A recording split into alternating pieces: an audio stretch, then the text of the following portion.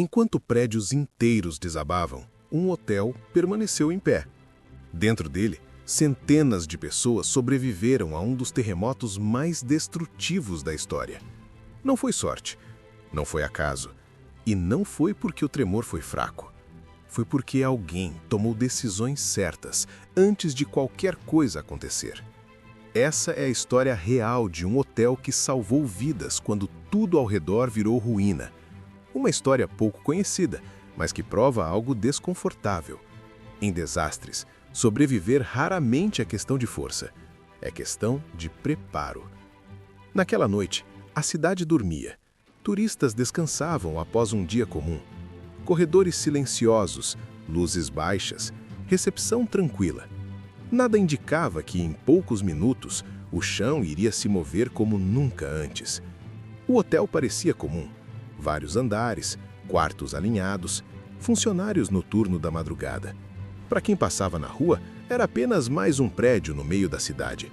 Mas havia algo invisível aos olhos de quem dormia.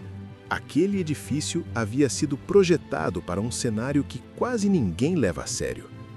Quando o tremor começou, não veio como um impacto violento imediato. Primeiro, um ruído profundo, quase imperceptível. Depois, uma vibração leve, o suficiente para acordar algumas pessoas. Copos começaram a tremer, quadros balançaram, luminárias oscilaram. Em muitos lugares, esse é o momento fatal, o momento da dúvida, o momento em que as pessoas esperam. Mas dentro daquele hotel, algo diferente aconteceu.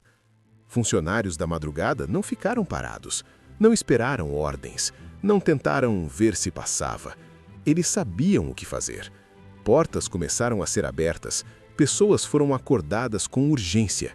Algumas reclamaram, outras demoraram a entender, mas ninguém foi ignorado. Enquanto isso, o tremor aumentava. Do lado de fora, a cidade já começava a se desfazer. Prédios mais antigos rachavam, estruturas cederam. A energia caiu em bairros inteiros. O som de concreto quebrando tomou as ruas. Em poucos segundos, o caos estava instalado. Dentro do hotel, o cenário era tenso, mas funcional. As escadas continuavam acessíveis, as paredes rangiam, mas não colapsavam. O prédio se movia, mas absorvia o impacto. Hóspedes desciam apressados, alguns descalços, outros carregando crianças. O medo era visível, mas ninguém estava preso, ninguém ficou soterrado. O que deveria ser um abrigo temporário não se transformou em armadilha. Quando tudo finalmente cessou, o silêncio voltou. Um silêncio pesado, quebrado apenas por alarmes distantes e respirações ofegantes. O hotel estava danificado, mas ainda em pé. Centenas de pessoas estavam vivas. E agora vinha a pergunta mais importante de todas. Por que aquele hotel resistiu, enquanto tantos outros não? É isso que vamos entender a partir de aqui. Para entender por que aquele hotel não desabou, é preciso voltar no tempo, muito antes do terremoto, antes dos hóspedes, antes dos funcionários, antes mesmo de a cidade crescer ao redor dele.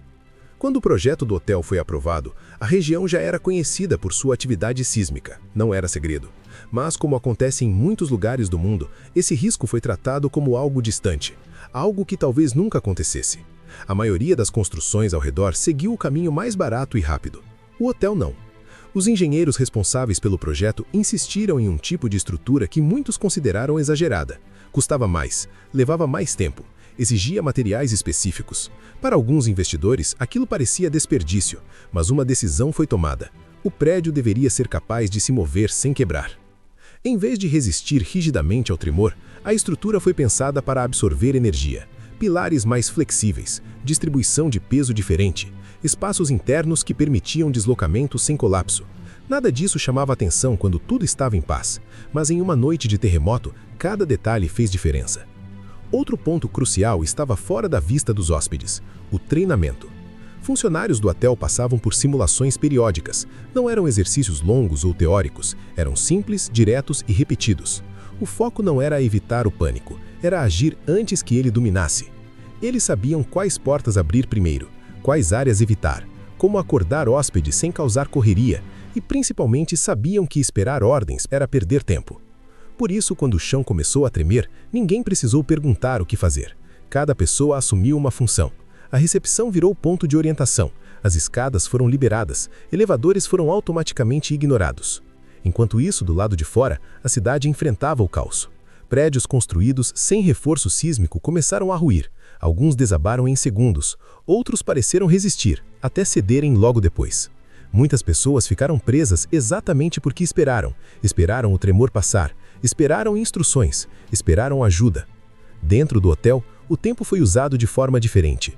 Hóspedes eram direcionados para áreas mais seguras. Não houve tentativa de sair correndo para a rua durante o pico do tremor.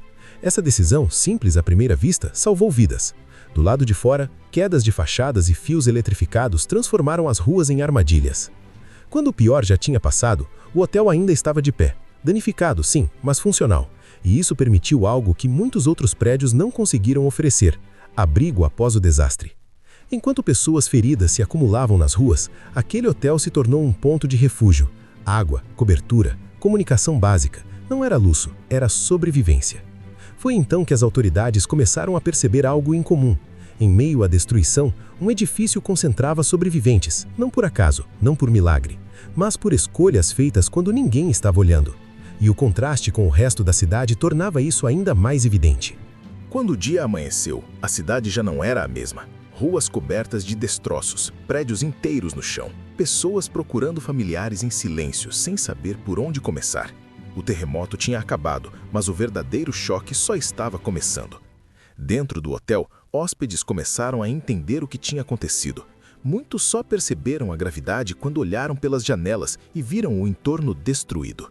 Alguns choraram, outros ficaram em silêncio absoluto. A maioria repetia a mesma frase: se estivéssemos em qualquer outro lugar, não estaríamos aqui. Relatos começaram a surgir nos dias seguintes.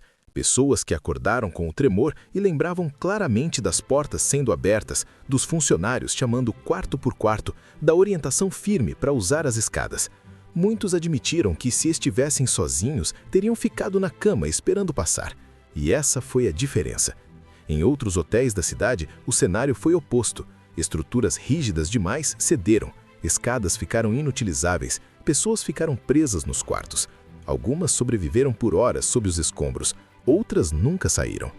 As autoridades confirmaram depois: o hotel não foi o único prédio resistente, mas foi um dos poucos onde preparo estrutural e preparo humano caminharam juntos. Não bastava o prédio aguentar, era preciso que as pessoas soubessem o que fazer dentro dele. Engenheiros estudaram o caso. Especialistas analisaram o comportamento da estrutura, mas os próprios sobreviventes resumiram tudo de forma simples. Alguém pensou antes, quando ninguém achava necessário. Essa história não é sobre um prédio especial, é sobre decisões invisíveis, é sobre gastar mais quando parece exagero, é sobre treinar quando parece perda de tempo, é sobre planejar rotas, saídas e reações antes de qualquer perigo existir. Porque em desastres reais não há tempo para aprender. Você só executa o que já sabe. O hotel ficou de pé, mas o que realmente salvou vidas foi algo mais difícil de construir: consciência. E essa é a parte mais desconfortável dessa história. A maioria das mortes em grandes desastres não acontece por falta de aviso. Acontece porque as pessoas acreditam que nunca vai acontecer com elas, até acontecer. E quando acontece, já é tarde demais para se preparar. Siga o Vovô para mais curiosidades.